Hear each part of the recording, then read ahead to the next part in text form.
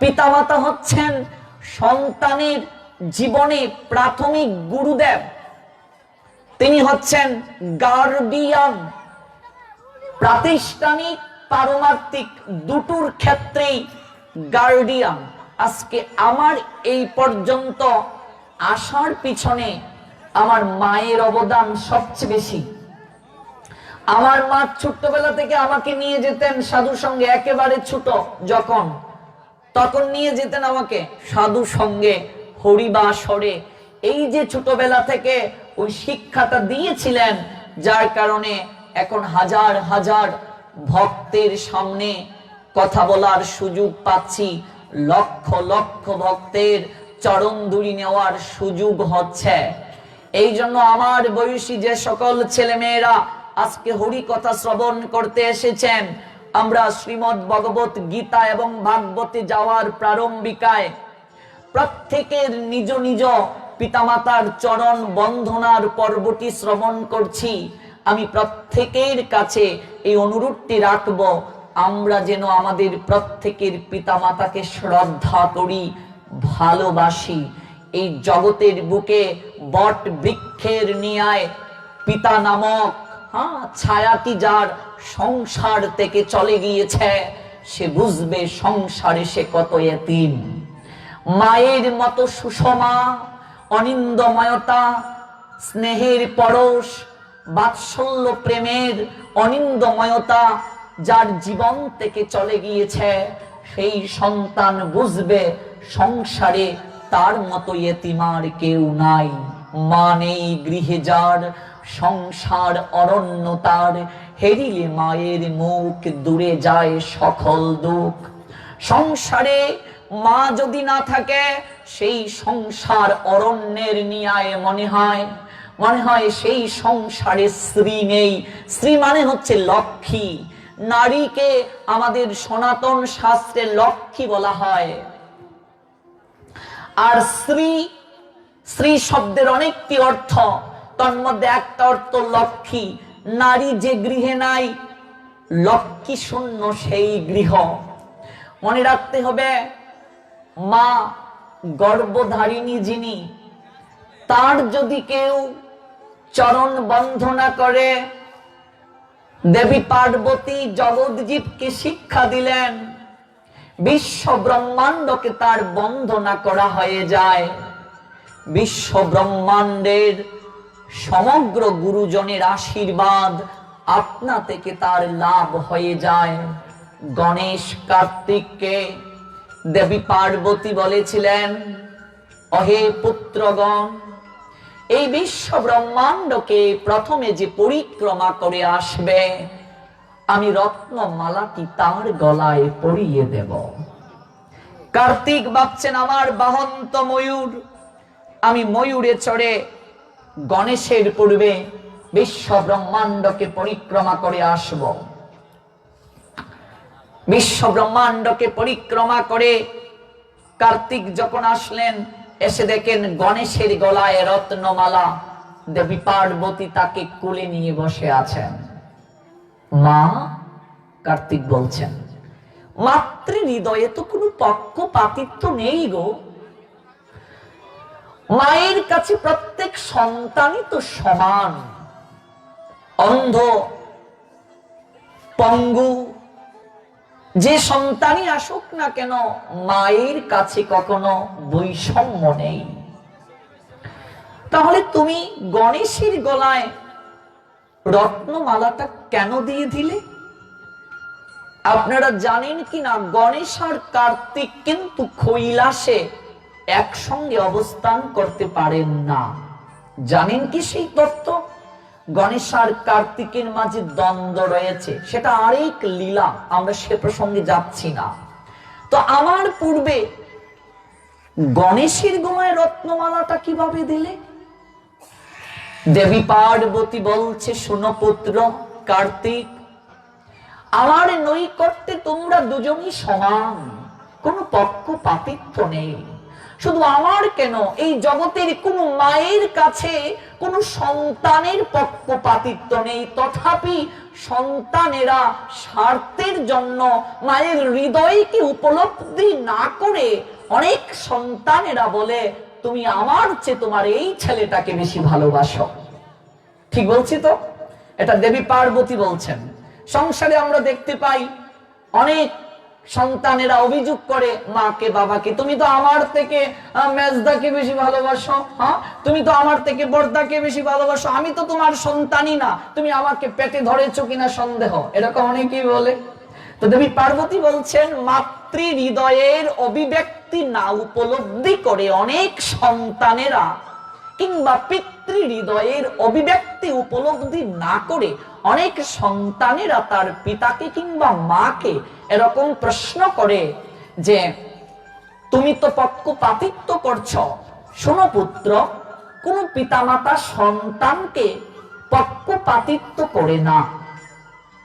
প্রত্যেক সন্তানকে জগতের বুকে আনয়ন করতে প্রত্যেক মাকে সমকষ্ট গ্রহণ করতে হয়, প্রত্যেক বাবাকে সমত্যাগ গ্রহণ করতে হয়।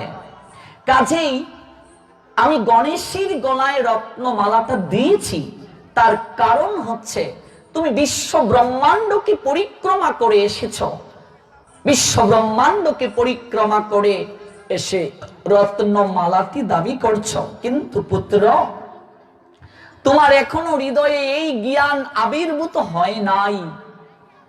গর্ভধারিণী মাকে যদি কেউ প্রণাম করে, গর্ভধারিণী মাকে যদি কেউ পরিক্রমা করে, এই বিশ্ব ব্রহ্মাণ্ডকে তার প্রণাম পরিক্রমা করা হয়ে যায়। জয় জয় শ্রী রাধে শ্যাম। গণেশ তাই করলেন, গর্ভধারিণী মাকে প্রণাম দিয়ে পরিক্রমা করলেন, বিশ্ব ব্রহ্মাণ্ড তার পরিক্রমা করা হয়ে গেল। রত্নমালাটি গলায় শোভিত হলো গণেশের। আজকে এই তত্ত্ব আধুনিক যুগের আমার মতো ছেলে মেয়েদের হৃদয়ে গোচরিত হচ্ছে না। বাবা স্বর্গ সম পিতরে প্রীতিমাপন্নে প্রিয়ন্তে সর্বদেবতা। মনে রাখবেন, বিশেষ করে আমার বয়সী যুবক যুবতীদেরকে কথাগুলো বলছি। এই সংসারে জড় জগতে কোন পিতা মাতা কখনো তার সন্তানের অমঙ্গল কামনা করতে পারে না। এটা ভালো করে আজকের অনুষ্ঠান থেকে বুঝে নিতে হবে। কোন পিতা মাতা তার সন্তানের অমঙ্গল অকল্যাণ কামনা করতে পারে না, পারে না, পারে না, পারে না।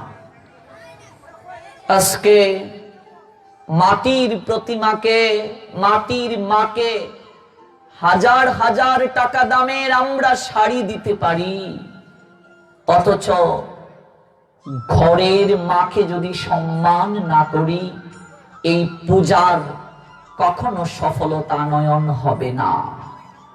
কথাটা ভালো করে বুঝবে।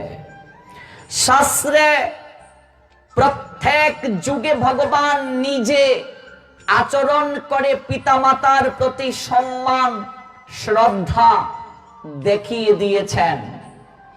ত্রেতা যুগে ভগবান রামচন্দ্রের দিকে দেখুন, পিতৃভক্তি কাকে বলে। দাপরে ভগবান কৃষ্ণচন্দ্রের দিকে দেখুন, পিতৃভক্তি মাতৃভক্তি কাকে বলে। কলি যুগে আমার গৌরচন্দ্র নিমাইয়ের দিকে থাকান, পিতৃভক্তি মাতৃভক্তি কাকে বলে। এই ত্রেতা যুগে ভগবান শ্রী রামচন্দ্র পিতৃ আদেশকে তিনি গ্রহণ করলেন নির্দ্বিধায়। তবে মনে রাখতে হবে,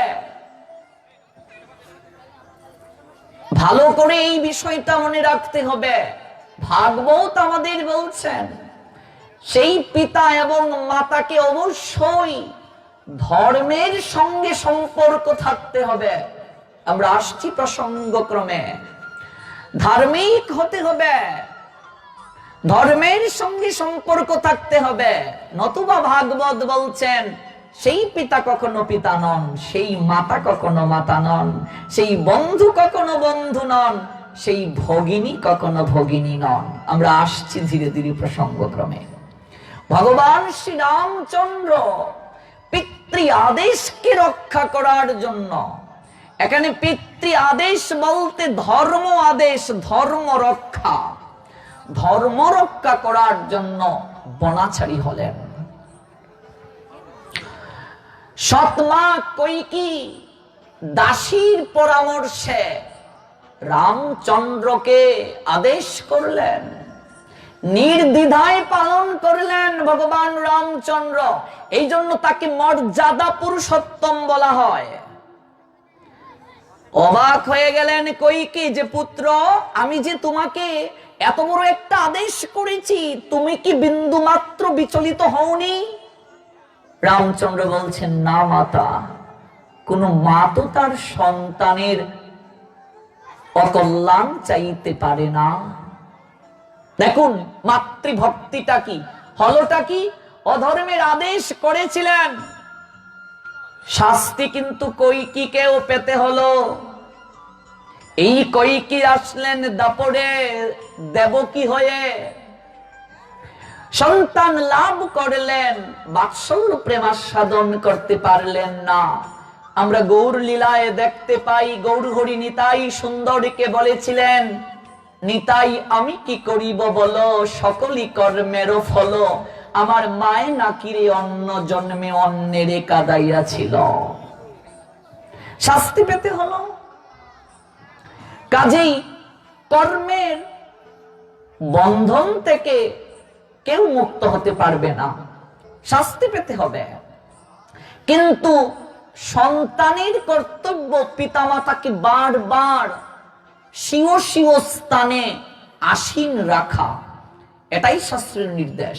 তারপরে ভগবান কৃষ্ণচন্দ্র মাতৃ আদেশ রক্ষা করার জন্য মৃত 6 পুত্রকে যমের দুয়ার থেকে ফিরিয়ে নিয়ে এনেছিলেন ভগবান কৃষ্ণ। এখানেই শেষ নয়, কতটা সেবা করেছিলেন দেখুন। নন্দ মহারাজের গাবি দুহন করছেন নন্দ মহারাজ, গোপাল গিয়ে বলছে, বাবা বলাই দাদা বড় বলে তাকে তুমি একটা কাজ দিয়েছো, আমি ছোট বলে আমাকে একটা কাজ দিতে পারো না, ছোট কাজ দাও। হেরে গোপাল তুই কি কাজ করবি রে? তো বলাই দাদা দুধের ভাণ্ড নিচ্ছে, আমি ছোট, আমাকে তো একটা ছোট কাজ দিতে পারো। সেবা দেখুন, ভগবান নিজে আচরণ করে সেবা করছেন। এবার নন্দ মহারাজ এসে বলছেন, তাহলে কি আর কাজ করবি গোপাল? ওই গোবরের মাঝে আমার পাদুকা জুতাগুলো লেপতে গিয়েছে, যা জুতাগুলো ধুয়ে নিয়ে আয়। চিন্তা করা যায়? আমরা যার চরণ ধুলি পর্যন্ত পাই না, আর সেই ভগবান কৃষ্ণকে আদেশ করলেন, নন্দ মহারাজ আমার জুতাগুলো ধুয়ে নিয়ে আয়, গোবরে লেপটে গেছে। ভগবান শিক্ষা দিচ্ছেন পিতা মাতার সেবা। গোবর থেকে পাদুকাগুলোকে এনে ভালো করে ধুয়ে একটা বগলের নিচে আরেকটা মাথার মাঝে, ভালো করে হাঁটতে পারে না গোপাল। বাবা, ও বাবা, এই তোমার পাদুকা, ওই নাও, নিয়ে এসেছি। দেখুন সেবা কি।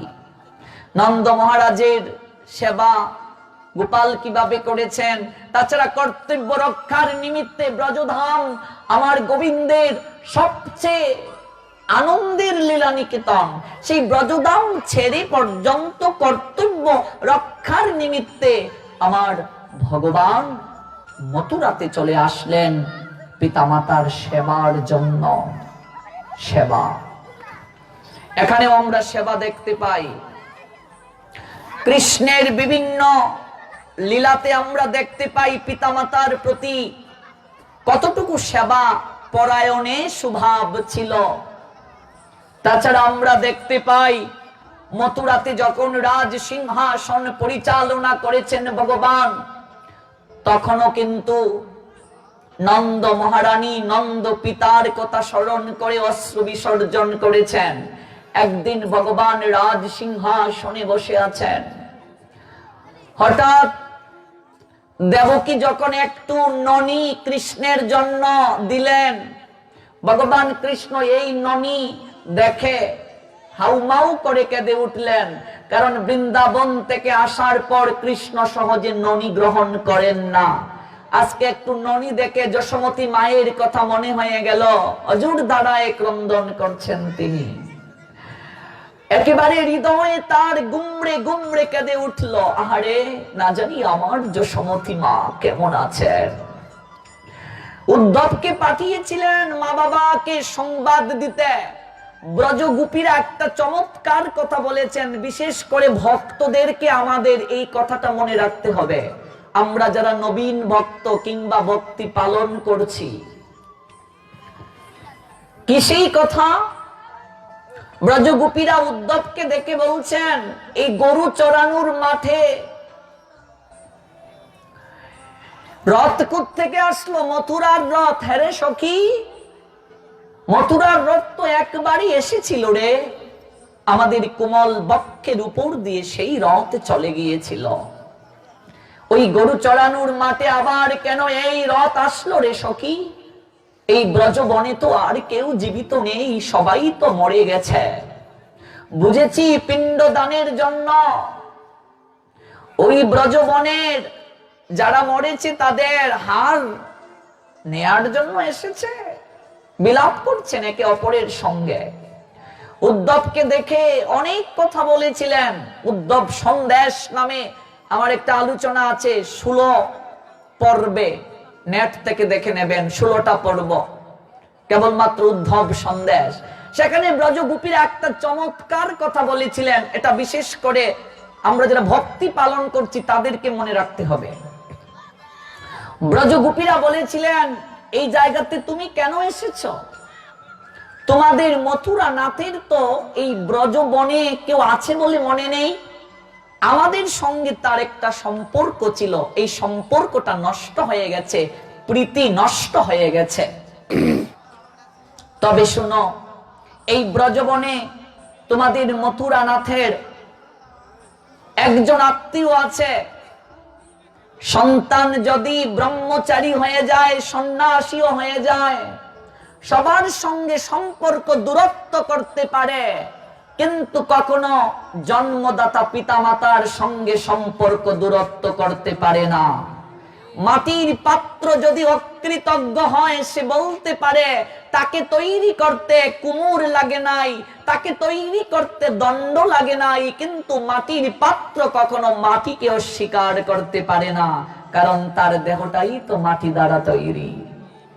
সন্তান যদি কৃষ্ণ ভক্ত হয়ে যায়, ব্রহ্মচারী হয়ে যায়, সন্ন্যাসী হয়ে যায়, সবার সঙ্গে সম্পর্ক দূরত্ব করতে পারে।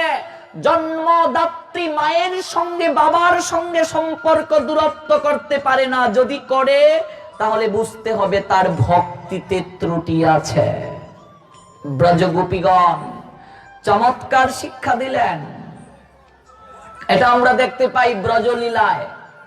সংক্ষেপে বলছি, এই কলিযুগে গৌর লীলাতে চৈতন্য মহাপ্রভু সন্ন্যাসের পরও জগন্নাথ পুরী থেকে সুভদ্রা দেবীর একটা করে প্রসাদী শাড়ি প্রত্যেক মাসে সচী মায়ের জন্য পাঠাতেন। দেখুন মাতৃভক্তি কাকে বলে। সন্ন্যাসের পরও মহাপ্রভু শিক্ষা দিয়েছিলেন, একমার এক সন্তান যারা, সেই সন্তানকে সংসার ত্যাগী না হতে যদি পিতামাতা বর্তমান থাকে, নতুবা পিতামাতার দেখাশোনা করার জন্য কাউকে রেখে যেতে হবে।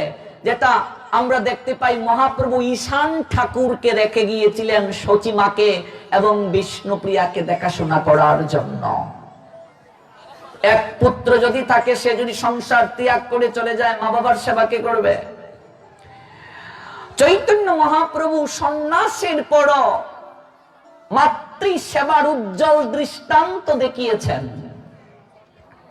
এখানেই শেষ নয়। সচিমা বলেছিলেন, পুত্র নিমাই নীলাচলে থাকিস বাবা, নবদ্বীপ থেকে নীলাচলটা তো বেশি দূরে নয়, তোর সংবাদ পাবো।